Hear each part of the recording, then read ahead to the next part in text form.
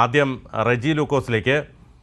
റെജി ലൂക്കോസ്, ഇവിടെ ഇപ്പോൾ 7 ദിവസത്തിനകം പൗരത്വ ഭേദഗതി നിയമം നടപ്പാക്കുമെന്നാണ് കേന്ദ്രമന്ത്രി ശന്തനു ഠാക്കൂർ കഴിഞ്ഞ ദിവസം പ്രഖ്യാപനം നടത്തിയത്. നമുക്കറിയാം, മതേതരത്വം അവകാശപ്പെടുന്ന ഇന്ത്യയിൽ ഇത്തരത്തിലുള്ള പ്രഖ്യാപനങ്ങളെ ഏതു തരത്തിൽ കാണാൻ കഴിയും? അല്ല, തീർച്ചയായിട്ടും രണ്ടു തരം പൗരന്മാരെ സൃഷ്ടിക്കാനുള്ള BJPയുടെ വളഞ്ഞ വഴിയാണ് CAA എന്നുള്ളത് വളരെ വ്യക്തമാണ്. എന്താണ് ഈ രണ്ടു തരം പൗരന്മാർ?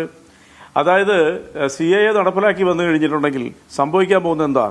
നമ്മളുടെ ഭരണഘടന നമുക്ക് തന്നിരിക്കുന്ന ഒരു സംരക്ഷണമുണ്ട്. ജാതി, മത, വംശ, ജന്മസ്ഥല ഇതിലൊക്കെ അതീതമായി സംരക്ഷണം നൽകുന്ന ഭരണഘടനയിലെ 5, 10, 14, 15 എന്നീ വകുപ്പുകൾ ഇല്ലാതാകുന്നുള്ളതാണ് ഇതിനകത്ത് ഏറ്റവും വലിയ പ്രത്യേകത എന്ന് പറയുന്നത്. അപ്പോഴെന്താ സംഭവിക്കുക? ലോകത്തെ ഏറ്റവും കൂടുതൽ ദരിദ്രത്തിൽ ജീവിക്കുന്നവർ, ഏറ്റവും കൂടുതൽ നിരക്ഷരമുള്ള രാജ്യം ഇന്ത്യയാണ്. ദാരിദ്ര്യ രാജ്യങ്ങളുടെ കാര്യത്തിൽ ഇന്ത്യ 173 സ്ഥാനത്തേക്ക് കൂപ്പുകുത്തിയിരിക്കുക. അപ്പം നിരക്ഷരായിട്ടുള്ള ജനങ്ങളും ദാരിദ്ര്യമായിട്ടുള്ള ജനങ്ങൾക്കും ഈ CAA നിയമം വന്നു കഴിഞ്ഞിട്ടുണ്ട് തങ്ങളുടെ പൗരത്വം എങ്ങനെ തെളിയിക്കപ്പെടും അല്ലെങ്കിൽ എങ്ങനെ തെളിയിക്കപ്പെടാമെന്ന് അറിവില്ലാത്തൊരു സാഹചര്യത്തിൽ ഇവിടെ BJP ഉദ്ദേശിക്കുന്നത് പോലെ തന്നെ ഇപ്പോൾ ആസാമിന് വേണ്ടി 1951 കൊണ്ടുവന്ന ഈ കരിനിയമം ഇപ്പോൾ നടപ്പിലാക്കിയാൽ വിചാരധാരയിൽ വളരെ ശ്രദ്ധിക്കുക, വിചാരധാരയിൽ എഴുതി വെച്ചിരിക്കുന്നത് നടപ്പിലാക്കാനുള്ള ഒരു കുതന്ത്രമാണ് ഇതിലൂടെ നടപ്പാക്കാൻ പോകുന്നത്. വിചാരധാരയിൽ എന്താ എഴുതിയിരിക്കുന്നത്? മുസ്ലിം സമുദായത്തിനെ ഇന്ത്യയിൽ നിന്ന് പുറത്താക്കണം, രണ്ടാമത് ക്രിസ്ത്യൻ സമുദായത്തിനെ പുറത്താക്കണം, മൂന്നാമത് കമ്മ്യൂണിസ്റ്റുകാരെ പുറത്താക്കണം. ഇതിന്റെ മറ്റൊരു വളഞ്ഞ വഴിയാണ്, ഒരു കുറുക്ക് വഴിയാണ് ഇതിലൂടെ കൊണ്ടുവരാൻ പോകുന്നത്. അതിലൂടെ അവർ ലക്ഷ്യം വെക്കുന്നത് എന്താ? വിശാലമായിരിക്കുന്ന ഒരു ഹിന്ദുത്വ രാഷ്ട്രം പ്രഖ്യാപിക്കാനുള്ള ഒരു വലിയ രീതിയിലുള്ള ഒരു ഗൂഢാലോചനയാണ് ഈ രാജ്യത്ത് അരങ്ങേറാൻ പോകുന്നത്. എത്ര നിരർത്ഥകമായിട്ടാണ് ഇന്ത്യ എന്ന് പറയുന്ന മഹാരാജ്യം നൽകുന്ന സംരക്ഷണ വലയത്തിൽ നിന്നും ഇവിടുത്തെ വലിയൊരു വിഭാഗം ജനങ്ങളെ, പ്രത്യേകിച്ച് ന്യൂനപക്ഷങ്ങളെ ആ സംരക്ഷണത്തിൽ നിന്ന് പുറത്തു ചാടിച്ച് അവർക്ക് ഈ രാജ്യത്ത് തങ്ങളുടെ പൗരത്വം തെളിയിക്കപ്പെടാനുള്ള യാതൊരു മാനദണ്ഡങ്ങളും ഈ CAA എന്ന് പറയുന്ന കരിനിയമത്തിനകത്ത് ഇല്ല എന്നുള്ളതാണ്. അപ്പോൾ അവർക്ക് എങ്ങനെ ഇത് തെളിയിക്കപ്പെടുമെന്നുള്ളൊരു നിസ്സഹായാവസ്ഥയിൽ ഈ രാജ്യം ചില വിദേശ രാജ്യങ്ങളിൽ കുടിയേറി പാർത്തിരിക്കുന്നവർ, ചില വിദേശ രാജ്യങ്ങളുണ്ട്, ചില യൂറോപ്യൻ രാജ്യങ്ങൾ, ഇപ്പോൾ അമേരിക്ക പോലുള്ള ചില രാജ്യങ്ങൾ, ആ രാജ്യങ്ങളിൽ അവർ രണ്ടാം തരം പൗരന്മാരായിട്ട് വോട്ടവകാശമില്ലാതെ കണ്ട് അവർ ജീവിക്കുന്നു. പക്ഷേ ആ നാടിൻ്റെ ഒരു പ്രത്യേകതയുണ്ട്, അവർ അല്ലാത്തവർക്ക് സംരക്ഷണം നൽകുന്നുണ്ട്. പക്ഷേ ഇന്ത്യ നൽകുന്നില്ല. വേണമെങ്കിൽ ഏത് ഉദ്യോഗസ്ഥനും വേണമെങ്കിലും ഈ വിഭാഗത്തിൽപ്പെട്ട നിസ്സഹായരായ ജനങ്ങളെ ഏത് നിമിഷവും വേണമെങ്കിൽ അവരെ ചോദ്യം ചെയ്യാനും അയാൾക്ക് തൃപ്തികരമല്ലാത്തൊരു സാഹചര്യം ഉണ്ടായി ജയിലിലടയ്ക്കാനും വേണ്ടി വന്നെങ്കിൽ ഈ രാജ്യത്ത് നിന്ന് ഡീപ്പോർട്ട് ചെയ്യാനുമായിട്ടുള്ള വളരെ നീചമായ അധികാരങ്ങൾ നൽകുന്ന ഒരു നിയമമാണ് CAA എന്ന് പറയുന്നത്. അതുകൊണ്ടാണ് 3 വർഷങ്ങൾക്ക് മുമ്പ് ഈ രാജ്യത്ത് നടപ്പാക്കുമെന്നും പറഞ്ഞുകൊണ്ട് പാർലമെന്റിൽ നിയമം പാസ്സാക്കാനായിട്ട് വീണ്ടും പാസ്സാക്കാനുള്ള ശ്രമം നടത്തിയപ്പോൾ ഇന്ത്യയിൽ ഇത് ഏകകണ്ഠമായിട്ട് ഇതിനെതിരെ കേരളത്തിൽ നടപ്പാക്കിയാലെന്നും പറഞ്ഞുകൊണ്ട് കേരളത്തിലെ നിയമസഭ ഒരു ഐക്യ പ്രമേയം പാസ്സാക്കി. അപ്പോൾ കേരളത്തിൽ നടപ്പാക്കിയാല എന്നുള്ളവർ NRC നടപ്പാക്കിയാലെന്നുള്ളവരും കേരളത്തിന്റെ മുഖ്യമന്ത്രി പ്രഖ്യാപിച്ചപ്പോൾ അന്ന് BJP ഇതിനെ വളരെ മോശമായ രീതിയിൽ പ്രതികരിച്ചു. നിർഭാഗ്യകരെന്ന് പറയട്ടെ, കേരളത്തിൽ പാർലമെന്റിലേക്ക് ഒരു തെരഞ്ഞെടുപ്പിനെ തൃശ്ശൂർ നിയോജകമണ്ഡലത്തിൽ നിന്നും ഫേസ് ചെയ്യും അല്ലെ നേരിടുമെന്ന് അപ്രഖ്യാപിതമായി പ്രഖ്യാപിച്ചുകൊണ്ട് പ്രവർത്തനം തുടങ്ങിയ സുരേഷ് ഗോപി ഇന്ന് പരസ്യമായിട്ട് ഇന്നലെ പറഞ്ഞിരിക്കുന്നു CAA നിയമം ഇന്ത്യയിൽ നടപ്പാക്കുമെന്ന്. കേന്ദ്രമന്ത്രി പറഞ്ഞതിന്റെ തൊട്ടുപുറകെ തന്നെ സുരേഷ് ഗോപി പറഞ്ഞിരിക്കുന്നു. അപ്പോൾ അതിലൂടെ എന്താണ് ഇവർ വിവേചനം ചെയ്യുന്നത്? തൃശ്ശൂർ പോലുള്ള നിയോജകമണ്ഡലത്തിൽ വോട്ട് തേടുന്ന സുരേഷ് ഗോപിയെ പോലുള്ള ഒരു സ്ഥാനാർത്ഥി CAA നിയമം നടപ്പാക്കുമെന്ന് പറഞ്ഞാൽ അതിനർത്ഥം എന്താണ്? അതേ ഒരു വിഭാഗത്തിന് മാത്രം സ്ഥാനാർത്ഥിയായി മത്സരിക്കുമെന്നും മറ്റുള്ളവരെ ഈ രാജ്യത്ത് നിലനിൽക്കാൻ സമ്മതിക്കത്തില്ല എന്നുള്ള നീചവും ജനാധിപത്യ വിരുദ്ധമായ പ്രസ്താവന നടത്തിയിരിക്കുന്നത്. കേരളത്തിലെ ജനങ്ങളൊന്നും തിരിച്ചറിയേണ്ട ഒരു വസ്തുതയുണ്ട്.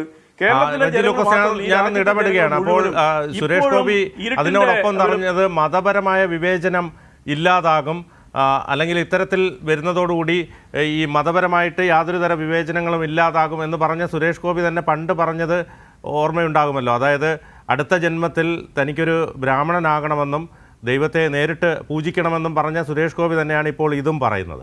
അല്ല, അത് സുരേഷ് ഗോപി പറഞ്ഞത് ഏതർത്ഥത്തിലാണെന്ന് എനിക്ക് മനസ്സിലായില്ല.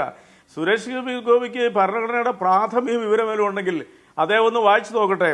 ഭരണഘടനയുടെ ആർട്ടിക്കിൾ 5, 10, 14, 15 വകുപ്പുകൾ ഇന്ത്യയിലെ ഓരോ പൗരനും വിഭാവനം ചെയ്യുന്നതാണ് ഞാൻ ആദ്യം പറഞ്ഞത്. ജാതി, മത, അവൻ്റെ ജന്മസ്ഥല, മറ്റെന്തെങ്കിലും വിവേചനങ്ങൾ വരാതിരിക്കാൻ വേണ്ടിയിട്ടുള്ള സംരക്ഷണം നൽകുന്ന വകുപ്പാണ്. അത് ഓൾറെഡി ഈ രാജ്യത്തെ ഭരണഘടനയിൽ ഉള്ളപ്പോൾ പിന്നെ എങ്ങനെയാണ് ജാതിമത വിവേചനങ്ങൾ എടുത്തു കളയുന്നത് ഈ സുരേഷ് ഗോപി പറയുന്നത്? ഇന്ത്യ ഏതെങ്കിലും ജാതിയുടെയോ മതത്തിൻ്റെയോ പേരിൽ പൗരത്വം ലഭിച്ചിട്ടുള്ള ജനങ്ങളാണ് ഇന്ത്യയിൽ ജീവിക്കുന്നത്. അപ്പോൾ സുരേഷ് ഗോപിയുടെ ലക്ഷ്യം അതിൽ നിന്ന് വളരെ വ്യക്തമായില്ലേ? തനിക്കൊരു ബ്രാഹ്മണനായി ജനിക്കണമെന്ന് യാതൊരു ഉളുപ്പുമില്ലാതെ വിവേകശാലികളായ മതേതരത്തിൽ വിശ്വസിക്കുന്ന മലയാളിയുടെ മുമ്പിൽ പരസ്യമായി പറഞ്ഞ സുരേഷ് ഗോപി പോലുള്ളവരുടെ മനസ്സാണ് ഇതിലൂടെ പുറത്തു വരുന്നത്. അതായത് ഇന്ത്യൻ ഭരണഘടന വിവേചനം ചെയ്യുന്ന ഇത്തരം ഒരു വിവേചനങ്ങളും ഇല്ലാത്ത 4 ആർട്ടിക്കിൾക്ക് എതിരെയുള്ള പരസ്യമായ വെല്ലുവിളിയാണ്. ബിനു, നമ്മൾ മനസ്സിലാക്കണം, ഈ നിയമം വന്നു കഴിഞ്ഞാൽ ഏത് മാനദണ്ഡത്തിലൂടെയാണ് തന്റെ പൗരത്വം തെളിയിക്കേണ്ടതിനെ കുറിച്ചുള്ള യാതൊരു സ്പെസിഫൈ ചെയ്തിട്ടുള്ള മാനദണ്ഡങ്ങൾ ഇതിനകത്ത് ഇല്ലെന്നുള്ളതാണ് ഇതിനകത്ത് ഏറ്റവും വലിയ വിവേചനം.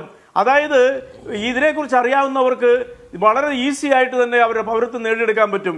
പക്ഷേ ഈ രാജ്യത്തെ മുസ്ലിം പോലെയുള്ള ന്യൂനപക്ഷ സമുദായങ്ങൾ, ക്രിസ്ത്യൻ പോലെയുള്ള ന്യൂനപക്ഷ സമുദായങ്ങൾക്ക് ഇനി തങ്ങൾ ഈ രാജ്യത്തെ പൗരന്മാരാണ് തെളിയിക്കേണ്ട ഗതികേടിലേക്ക് വന്നിരിക്കുന്നത്.